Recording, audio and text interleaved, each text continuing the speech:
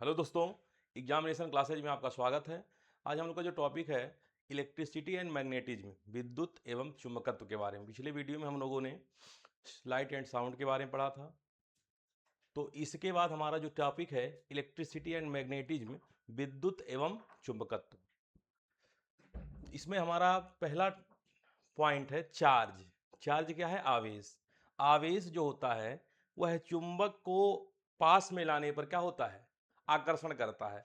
और चुंबक को दूर ले जाने पर उसका प्रतिकर्षण का गुण होता है। तो अट्रैक्शन होता है, रिपल्सन होता है। आप लोग जैसे जानते हैं, कहीं तो अगर सेम कैटेगरी वाले हों तो उसमें के बीच में क्या होगा? सेम कैटेगरी के जब होंगे तो उसके बीच क्या होती है? रिपल्सन। उनके बस कोई अट्रैक्शन नहीं होता है। जबकि अगर अदर कैटेगरी वाले हों तो उनके बीच क्या होता है? अट्रैक्शन होता है। तो यही कह रहा है किसी पदार्थ का वह गुण जिसके कारण वस्तु वैद्युत आकर्षण एवं प्रतिकर्षण का अनुभव करता है, उसे क्या कहते हैं? आवेश कहते हैं। आवेश को हम रिप्रेजेंट करते हैं क्यू से। क्यू इक्वल होता है आई इंटू टी। कई बार इंपॉर्टेंट है ये, बहुत बहुत वेरी वेरी इंपॉर्टेंट, क्योंकि फार्मूला दे देगा, क्यू बराबर आई टी दे देता है, और उसके बाद दे देगा टी बराबर क्यू, टी बराबर क्यू क्यू आई। तो इसको कंफ्यूज नहीं होना है, क्यू बराबर आई टी। इस पर आपको छोटी छोटी न्यूमेरिकल दे देगा। मैंने बताया हूँ न्यूमेरिकल सारी चीज़ें हम लोग प्रैक्टिस सेट में करेंगे। तो आप दे देगा कि इतना एम्पियर धारा है, इतने सेकंड तक प्रवाहित हो रही है, तो उस पर कितना आवेश कार्य कर रहा है।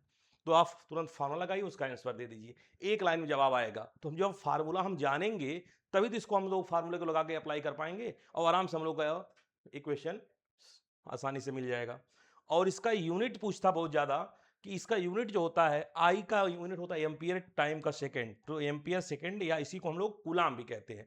एक और अदर इंपॉर्टेंट फार्मूला है, जब हमको नंबर ऑफ इलेक्ट्रॉन दे देता है और इलेक्ट्रॉन पे चार्ज दिया हो, तो पूछता है क्यू बराबर एन ई की। मतलब क्यू जो है number of n, number of electron है, इलेक्ट्रॉन पर जो चार्ज होता है वो -1.6 इंटू 10⁻⁹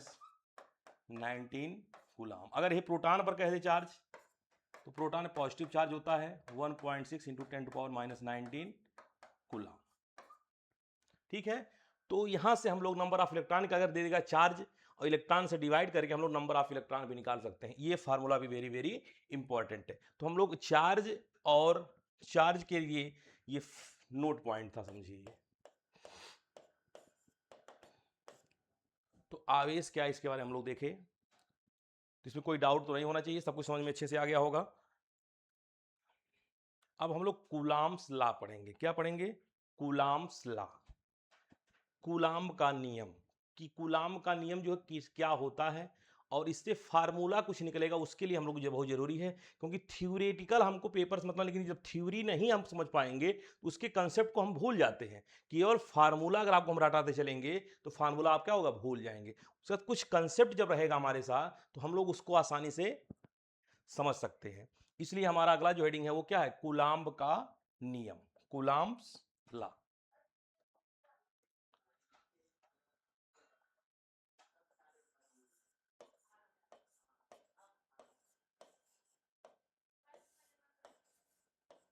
कूलम्ब का नियम।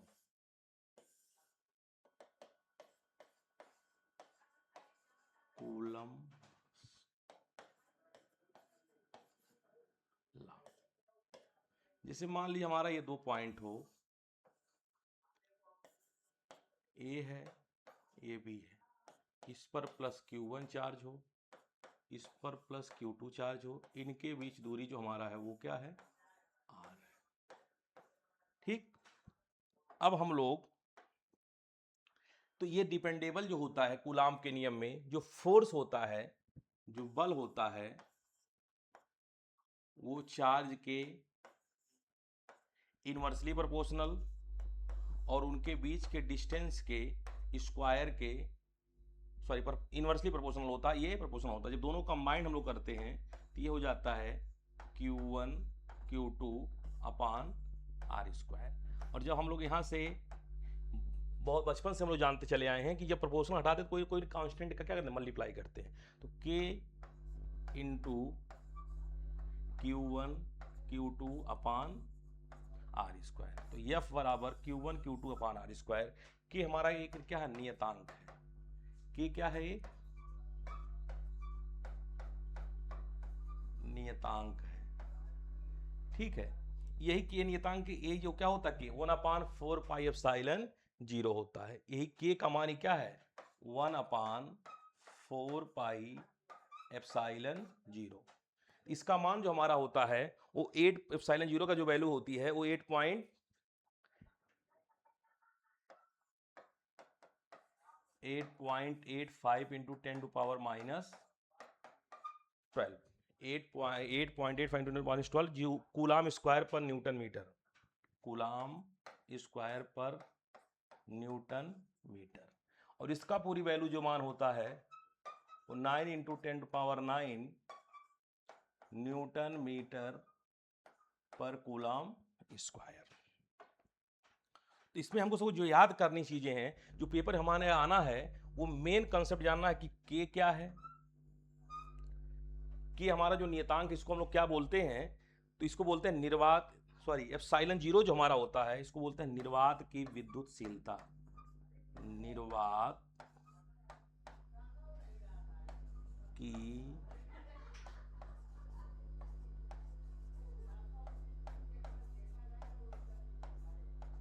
निर्वात की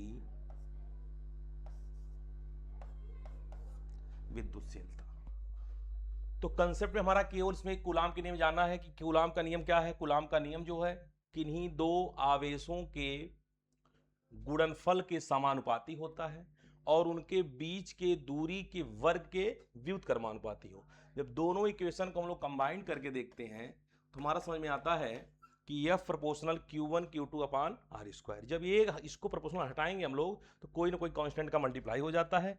यही हमारा K क्या है, एक नियतांक है। इसकी वैल्यू होती है 1/4 पाई एप्सिलॉन 0, जिसका मान होता है, जहां अगर ऐसा मिलता है तो अगर डायरेक्ट आप लोग 9 इंटू 10⁻9 न्यूटन मीटर पर कूलाम स्क्वायर रख देंगे। लेकिन पूछ लेगा अगर उसमें कि एप्सिलॉन 0 क्या होता है, तो एप्सिलॉन 0 निर्वात की विद्युतशीलता होती है। इसकी वैल्यू जो होती है 8.85 इंटू 10⁻12 होता है। तो कूलाम के नियम के बारे में हम लोग अच्छे से देख लिए, इसमें कोई डाउट आपको नहीं होगा।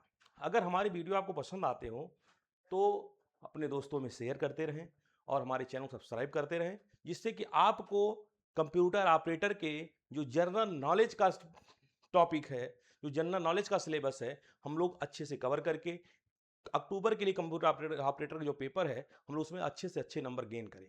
क्योंकि आप देख रहे हैं, सारे एग्जामों को देख रहे हैं, तो कट ऑफ बहुत हाई जाना है, इसलिए हमको अच्छे से स्टडी करना पड़ेगा। बिना अच्छे से पढ़ाई किए हुए हमारे नंबर नहीं आने। सिलेक्शन वही बच्चा पाएगा जो अच्छे से पढ़ाई करेगा, अच्छे से स्टडी कर रहा है और सिलेक्टेड चीजों को पढ़ना है। पढ़ने में बहुत सारी चीजें पढ़ लिया जाता है और हमको पेपर में कुछ नहीं मिल पाता है। तो हमारे सिलेबस का जो सिलेक्टेड चीजें हैं उसको कंसेप्ट बेस हम जब समझेंगे तब पेपर में गलतियां नहीं होगी। अगर खाली हम छोटी छोटी थोड़ी थोड़ी चीज बताते चलेंगे तो क्या होगा, वो आपको कंसेप्ट भूल जाएगा, पेपर में गलतियां करेंगे। इसलिए हमने कंसेप्ट पढ़ा रहे हैं। इसके बाद हम लोग इसके प्रैक्टिस सेट के बारे में भी करेंगे, जिससे कि हमारा क्या तैयारी पूरी रूप से जनरल नॉलेज की अच्छी से तैयारी कर ली जाए।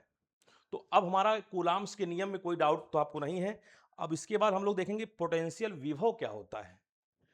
पोटेंशियल क्या है, पोटेंशियल क्या होता है, इसको देखते हैं।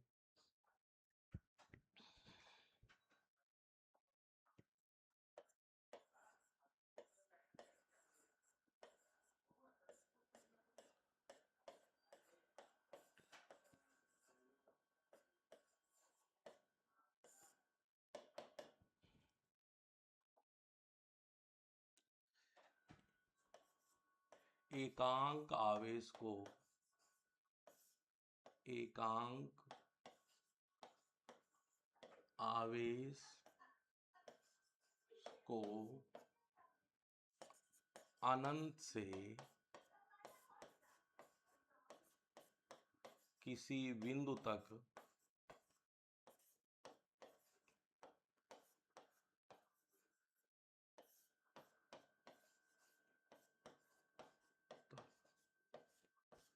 लाने में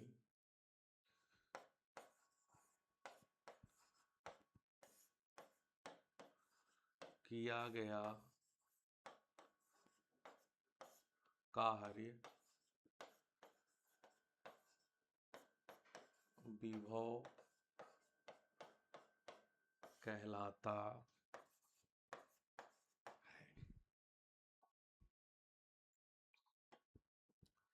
V इक्वल होता है W/Q।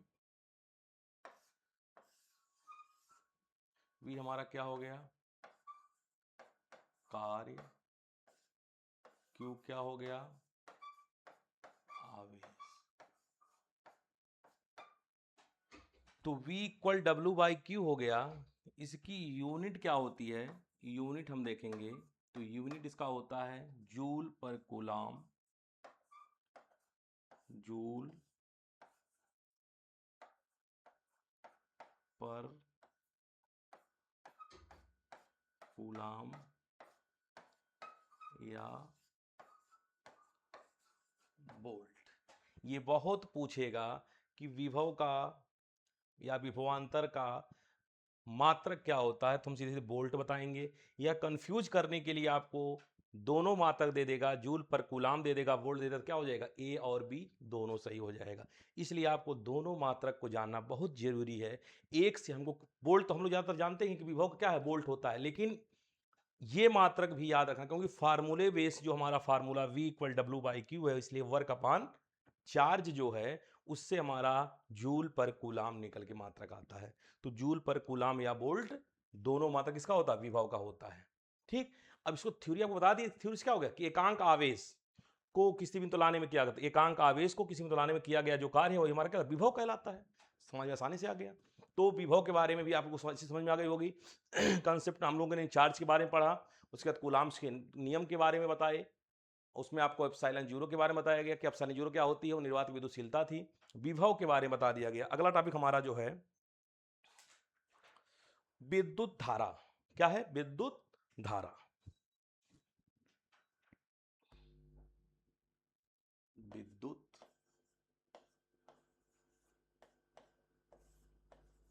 धारा जिसको बोलते हैं इलेक्ट्रिक करंट, इलेक्ट्रिक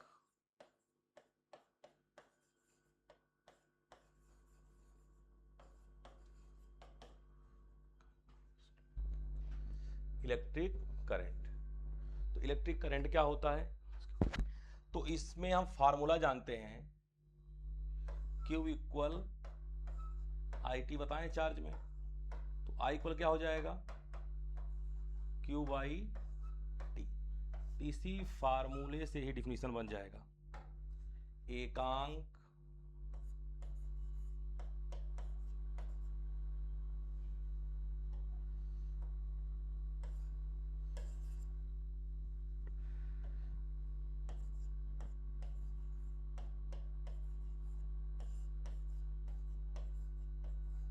एकांक समय में प्रवाहित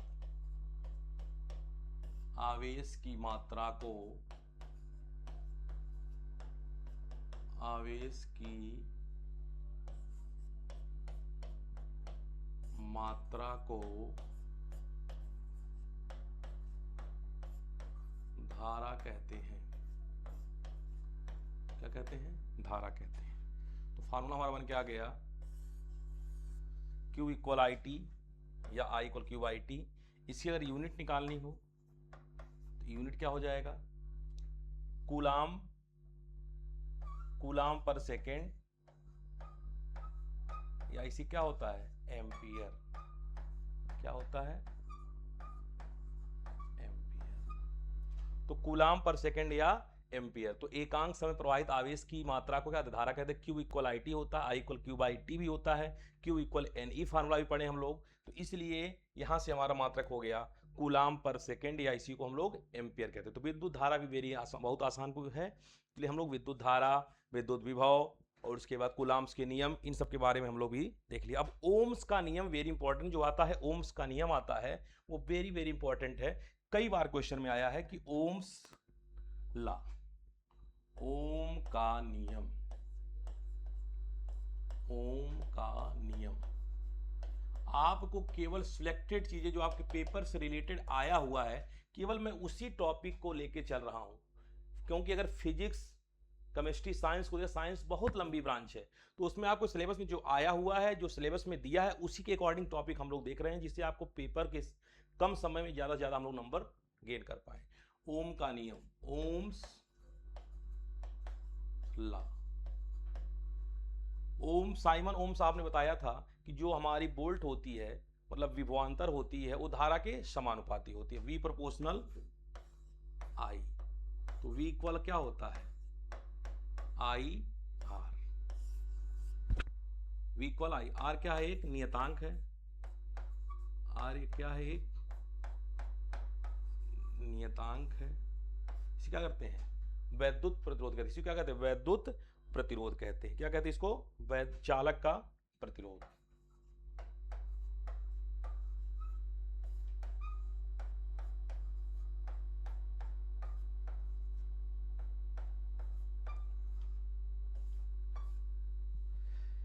तो V इक्वल आई आर जो होता है, आर एक हमारा नियतांक है जिसे चालक का प्रतिरोध कहते हैं, और इसका यूनिट होता है क्या होता है, ओम होता है। यूनिट क्या होती है, ओम। इसका सिंबल जो होता है ओम। ठीक है, यूनिट बता दिया गया। और इसके बीच बहुत बार पूछता है कि वोल्ट और धारा के बीच ग्राफ कैसी बनती है।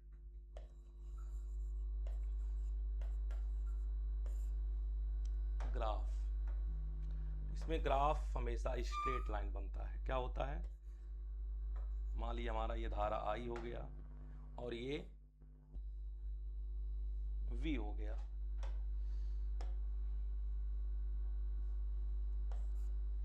ठीक, तो इसमें जो हमारी लाइन बनती, स्ट्रेट लाइन बनती है, तो ये क्या है, सरल रेखा, सरल रेखी। तो दिमाग में रखना है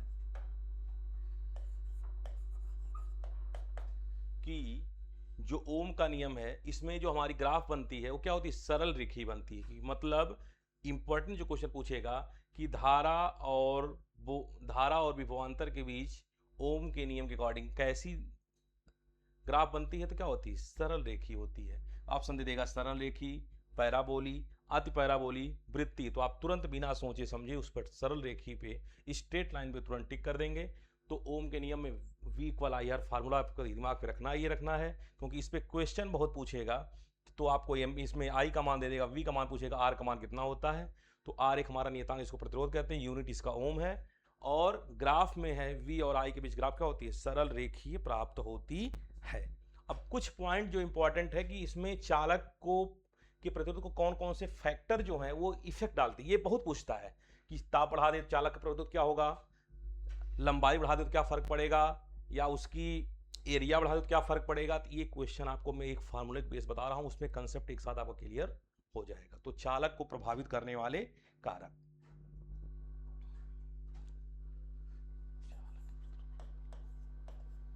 चालक के प्रतिरोध को प्रभावित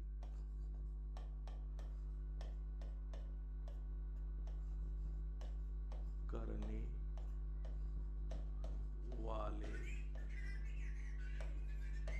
कारक।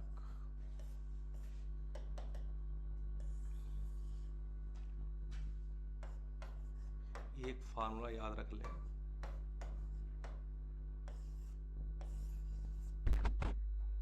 ठीक है। तो अगर यहां से दिख क्या रहा है आपको, यहां से समझ में आ रहा है कि अगर हम लंबाई बढ़ाएंगे तो क्या होगा, चालक का प्रतिरोध बढ़ेगा। अगर एरिया बढ़ाते हैं तो चालक का प्रतिरोध घटेगा। इंपॉर्टेंट पॉइंट्स है ये, क्योंकि वैसे आपको रटने में दिक्कत होगा, लेकिन इस कंसेप्ट से जब रटेंगे तो ये समझ में आ जाएगा। क्योंकि जो प्रोपोर्शनल है वो क्या होगा, अगर ये बढ़ती है तो ये लेंथ भी बढ़ेगा। इन्वर्सली प्रोपोर्शनल मतलब है कि अगर ये बढ़ेगा तो ये घटेगा, अगर ये बढ़ रहा है तो एरिया घट जाएगी। तो ये दिमाग में रखना है। इसके बाद कॉन्सेप्ट क्या है, लेंथ बढ़ेगी और टेम्परेचर अगर बढ़ता है, अगर टेम्परेचर बढ़ता है तब क्या होगा, तब प्रतिरोध का मान क्या होगी, प्रतिरोध तब भी बढ़ता है, तभी क्या होगा, प्रतिरोध बढ़ेगा। और ये जो हमारा है ये क्या है, प्रतिरोधकता है, प्रतिरोधकता।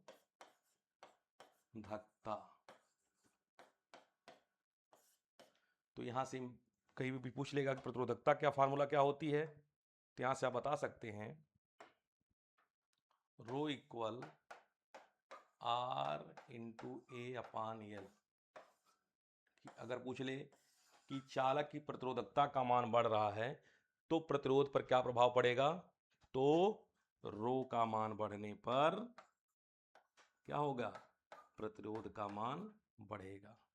तो इतने पॉइंट्स आप दिमाग में अच्छे से सेट कर लेंगे कि ये हमको कैसे कैसे ये सब बताया गया।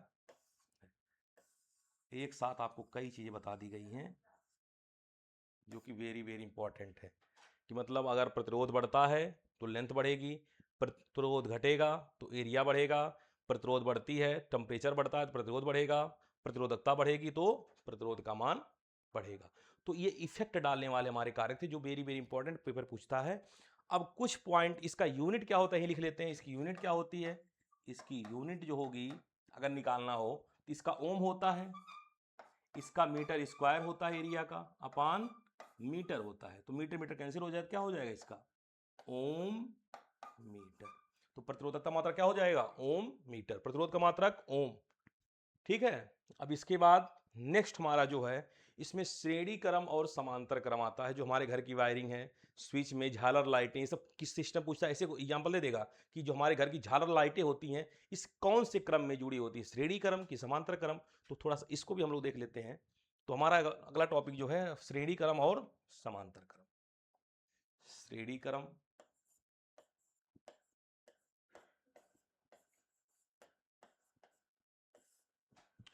और समांतर क्रम, इसको आप नोट करते जब चलेंगे तो अच्छे से आपको समझ में आ जाएगा। प्रतिरोधों का संयोजन, प्रतिरोधों का संयोजन,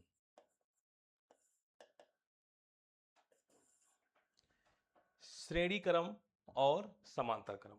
श्रेणी क्रम का पहले फार्मूला हम लोग देख लेते हैं, जो होता है R इक्वल से अगर कई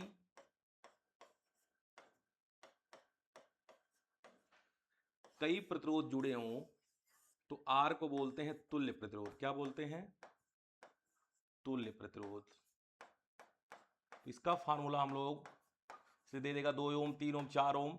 श्रेणी क्रम में जुड़े हैं तो तुल्य प्रतिरोध क्या होगा, तो 4 3 7 2 9, तो इस तुल्य प्रतिरोध 9 हो जाएगा। अगर यहां समांतर क्रम में रहता है तो इसके लिए होता 1 upon R equal 1 upon R1 plus 1 upon R2 plus 1 upon R3। तो इसका फार्मूला ये होता है। ठीक है, पहला हमारा हो गया। दूसरा पॉइंट पे हम देखते हैं। दूसरा पॉइंट क्या होगा, दूसरा इसमें जो हमारा होता है धारा समान होती है लेकिन वोल्टेज अलग अलग होती है। श्रेणी में क्या होती है, श्रेणी क्रम में धारा समान लेकिन वोल्टेज जो होती है, वोल्टेज भिन्न भिन्न। इसमें क्या होता है, इसमें वोल्टेज समान होता है, इसमें वोल्टेज समान होता है, धारा भिन्न भिन्न होती है। ये सब पॉइंट आप दिमाग में रखेंगे तो आपको जल्दी भूलेगा नहीं, सारे पेपर में कंसेप्ट क्लियर हो जाएगा। फार्मूला क्या था ये जान गए। पूछ लेगा कि श्रेणी क्रम में क्या होता है, श्रेणी धारा समान ले वोल्टेज अलग, कि वोल्टेज समान धारा अलग। तो इसमें देखेंगे धारा, इसमें धारा मतलब आई, वोल्टेज मतलब V, वोल्टेज V और धारा I। अगला पॉइंट जो हमारा है जो घर की स्विच होती है, एमसीबी होती है, ये सब क्या होती हैं? स्विच,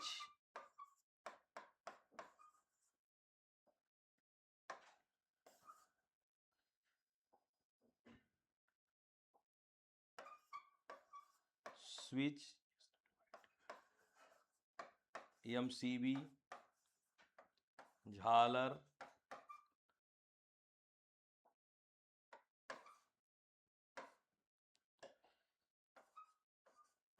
झालर लाइट, स्विच, एमसीबी, झालर लाइट और अमीटर,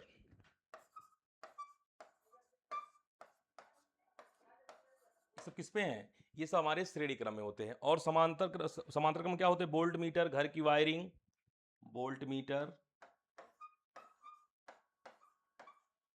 वोल्ट मीटर, घर की वायरिंग, घर की वायरिंग,